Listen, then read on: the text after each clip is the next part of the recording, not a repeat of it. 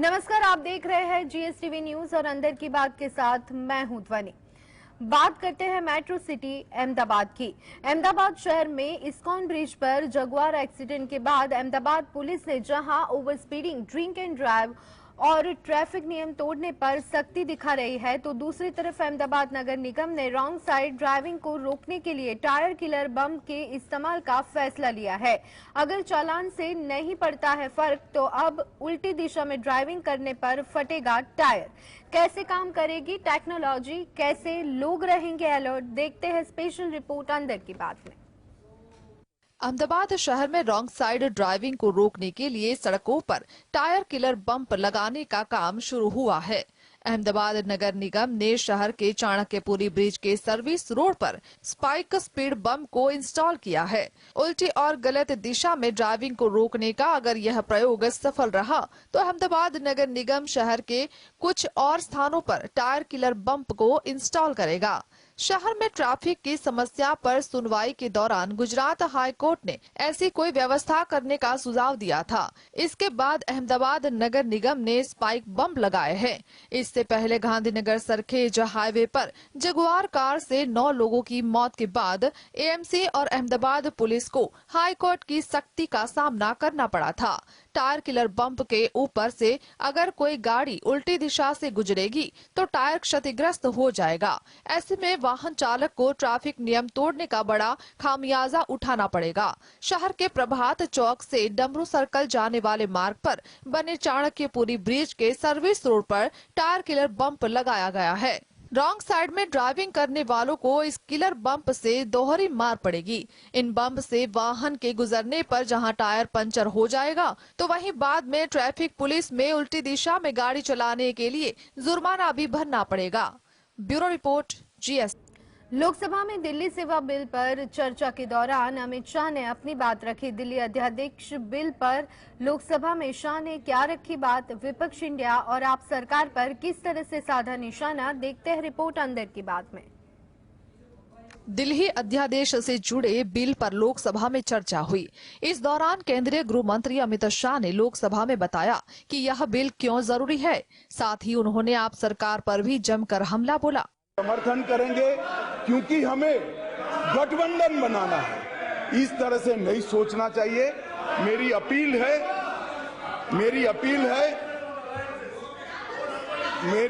है विपक्ष के सदस्यों को कि आप दिल्ली की सोचिए, अलायंस की मत सोचिए।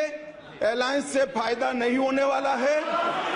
अलायंस होने के बाद भी पूर्ण बहुमत से नरेंद्र मोदी प्रधानमंत्री बनने वाले हैं। दिल्ली सेवा विधेयक को लेकर अमित शाह ने कहा, संविधान में ऐसे प्रावधान हैं जो केंद्र को दिल्ली के लिए कानून बनाने की अनुमति देते हैं। विपक्ष ने बिल को सुप्रीम कोर्ट के आदेश के खिलाफ बताया, लेकिन ऐसा नहीं है। अमित शाह ने कहा, कुछ लोगों ने कहा कि सरकार ने सुप्रीम कोर्ट का उल्लंघन किया है।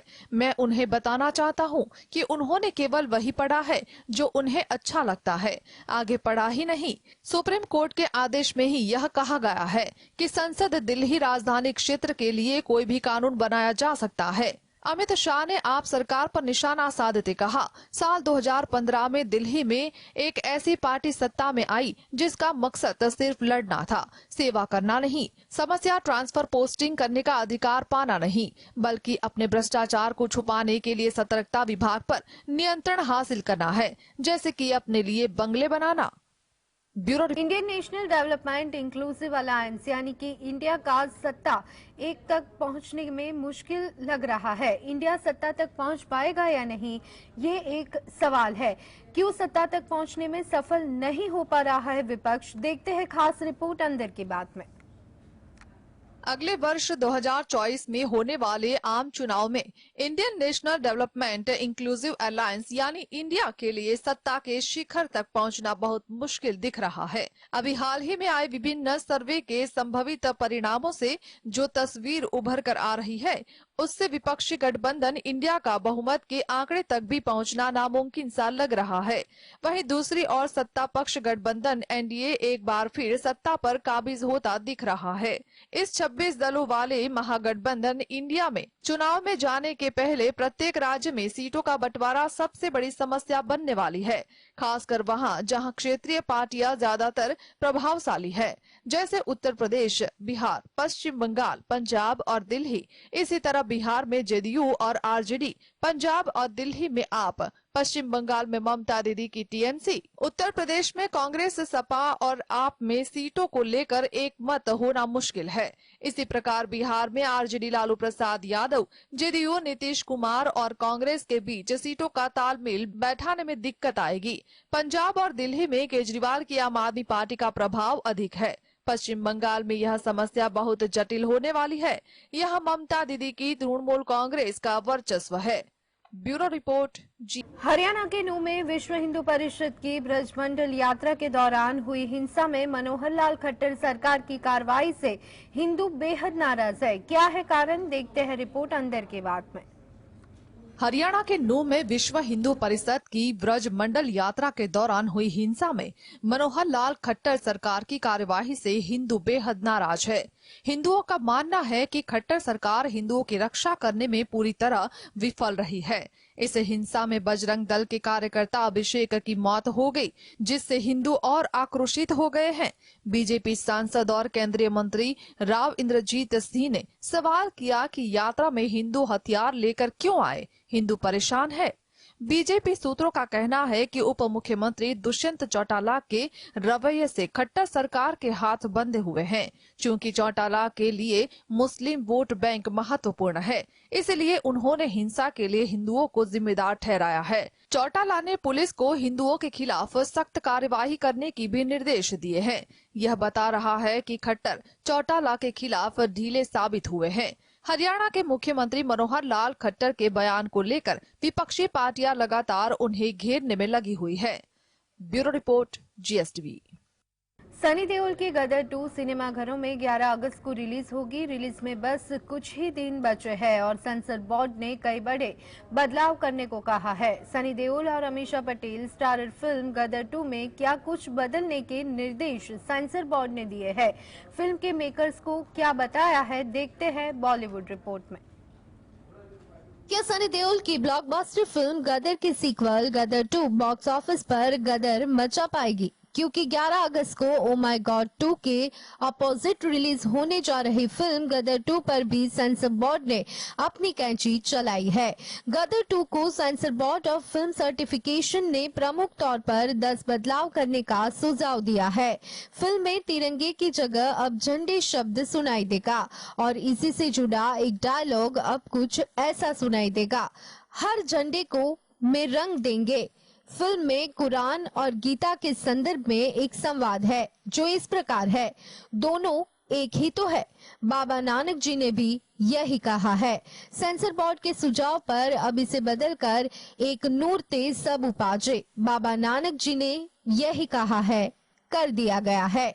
सेंसर बोर्ड की ओर से Akshay Kumar starrer film oh my God 2 disclaimer में भी बदलाव करने का निर्देश मिला था। 27 कट्स और बदलावों के साथ ओ माय गॉड 2 को सेंसर बोर्ड ए सर्टिफिकेट मिला है, तो वही गदर 2 को यूए सर्टिफिकेट देकर पास किया गया है। Bureau report GSTV। Welcome back. टमाटर की कीमतों में एक बार फिर से आग लग गई है। सरकारी तमाम कोशिशों के बाद भी आखिरकार बीते दिनों में लोगों को राहत मिली थी और कीमतों में गिरावट भी आई थी, लेकिन ये राहत ज्यादा दिन कायम नहीं रह सकी और टमाटर के दाम फिर 200 के पार पहुंच गया। क्यों टमाटर के दामों में लग रही है आग, देखते हैं रिपोर्ट में। टमाटर की कीमतों में एक बार फिर से आग लग गई है। सरकार की तमाम कोशिशों के बाद आखिरकार बीते दिनों लोगों को राहत मिली थी और कीमतों में गिरावट आई थी, लेकिन ये राहत ज्यादा दिन कायम नहीं रह सकी और टमाटो प्राइस फिर 200 के पार पहुंच गया। राजधानी दिल्ली की बात करें तो बुधवार को मदर डेयरी की सफल खुदरा दुकानों पर टमाटर 259 रुपए प्रति किलोग्राम के भाव से बेचा गया। रिपोर्ट के मुताबिक मौसम मौसम के खराब होने के कारण पिछले 2 महीने से देश भर में टमाटर की आपूर्ति प्रभावित हुई है। वहीं बीते 2 दिनों में दिल्ली के आजादपुर मंडी में टमाटर की आवक में बड़ी गिरावट दर्ज की गई। मांग के अनुरूप सप्लाई कम होने के कारण टमाटर की थोक कीमतों में तेजी बढ़ोतरी हुई है और इसका सीधा असर इसकी खुदरा कीमतों पर दिखाई दे रहा है।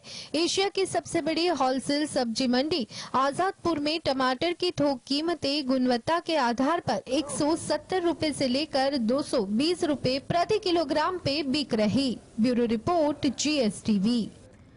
फॉर्च्यून ग्लोबल लिस्ट में बीते 2 साल की अवधि में मुकेश अंबानी की रिलायंस इंडस्ट्रीज लिमिटेड ने अपनी रैंकिंग में स्थान का सुधार कर लिया है। साल 2021 में आई लिस्ट में रिलायंस इंडस्ट्रीज अपने आगे के पायदान पर मौजूद थी और अब पहले से भी ज्यादा आगे देखने को मिल रही है।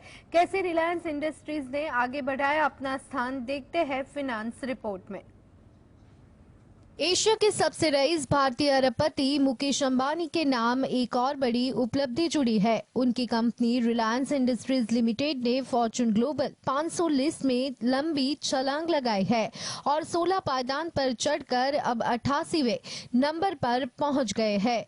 देश की सबसे मूल्यवान कंपनी रिलायंस बीते साल 2022 में इस ग्लोबल रैंकिंग लिस्ट में 104वें पायदान पर मौजूद थी। रिलायंस इंडस्ट्रीज देश की सबसे मूल्यवान कंपनी है।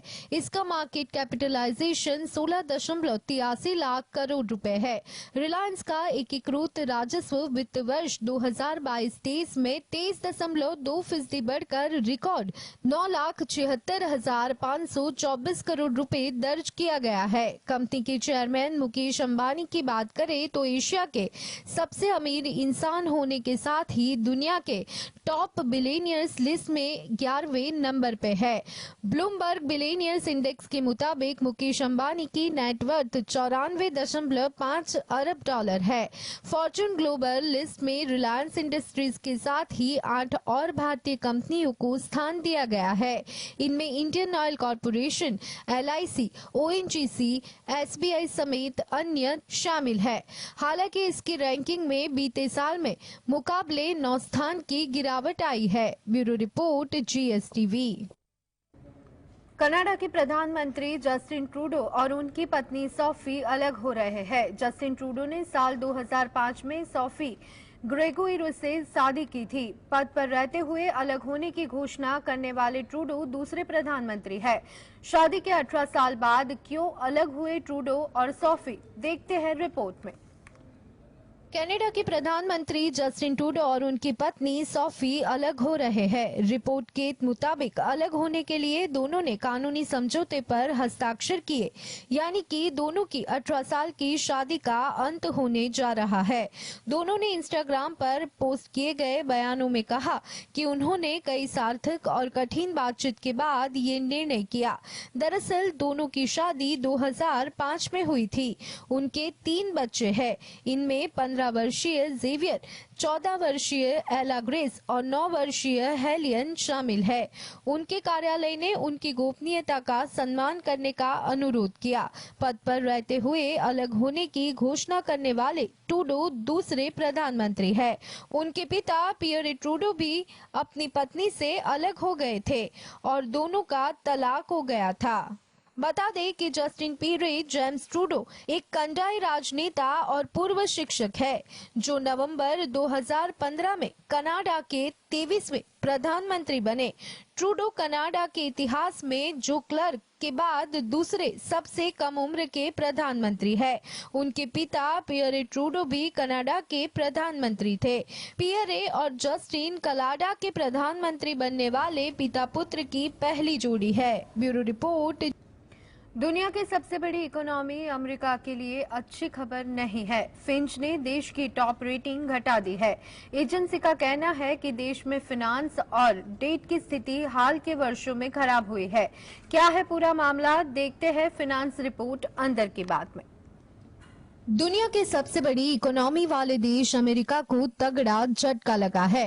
फिंच ने अमेरिका की रेटिंग को AAA से घटाकर AA+ कर दिया है। 2011 के बाद अमेरिका की रेटिंग में पहली बार कटौती की गई है। देश की वित्तीय स्थिति और बढ़ते कर्ज को देखते हुए फिंच ने ऐसा किया है। फिंच का कहना है कि अमेरिका में पिछले 20 साल में गवर्नेंस की स्थिति बदतर हुई है। हालांकि अमेरिका की वित्त मंत्री जेनेट येलन ने इसे एजेंसी की मनमानी बताया। उन्होंने कहा कि एजेंसी ने 2018 से 2020 के पुराने डेटा के आधार पर ये रेटिंग दी है। अमेरिका सरकार के इंस्ट्रूमेंट्स में निवेश को सबसे सुरक्षित माना जाता है, क्योंकि इसकी इकोनॉमी का साइज दुनिया में सबसे बड़ा है और उसमें दूसरे देशों के बजाय ज्यादा स्थिरता है। फिंच का कहना है कि फेड रिजर्व सितंबर में ब्याज दरों में एक और बढ़ोतरी कर सकता है। इससे रेटिंग पर और दबाव आ सकता है। फिंच ने साथ ही आगाह किया कि अगर सरकार खर्च से जुड़े मुद्दों पर और मैक्रो इकोनॉमिक पॉलिसी का समाधान करने में नाकाम रहती है तो आने वाले दिनों में देश की रेटिंग और नीचे जा सकती है। Bureau report.